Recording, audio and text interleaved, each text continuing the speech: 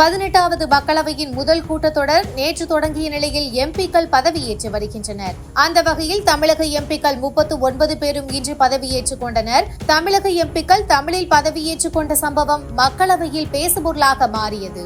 இதற்கு நடுவே காங்கிரஸை சேர்ந்த கிருஷ்ணகிரி எம்பி கோபிநாத் தெலுங்கில் பதவியேற்றுக் கொண்டார். குறைந்த விலை நிறைந்த தரம், தங்கள் தேவைகள் அனைத்தும் ஒரே இடத்தில். ஜெயச்சந்திரன். ஆனால் இறுதியில் பதவியேற்று முடிக்கும் போது நன்றி, வணக்கம், ஜெய் தமிழ்நாடு என முடித்துக் கொண்டார். மற்ற எம்பிக்கள் தமிழில் பதவியேற்ற நிலையில் கிருஷ்ணகிரி எம்பி மட்டும் தெலுங்கில் பதவியேற்றது கவனத்தை ஈர்த்துள்ளது.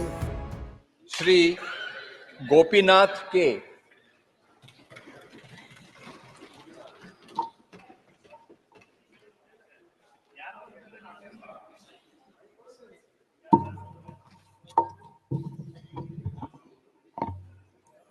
సభకు నమస్కారం.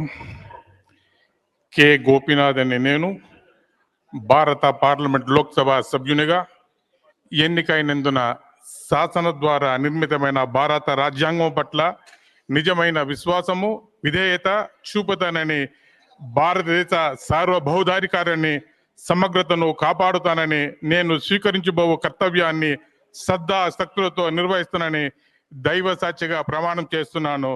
நன்றி, வணக்கம், ஜெய் தமிழ்நாடு.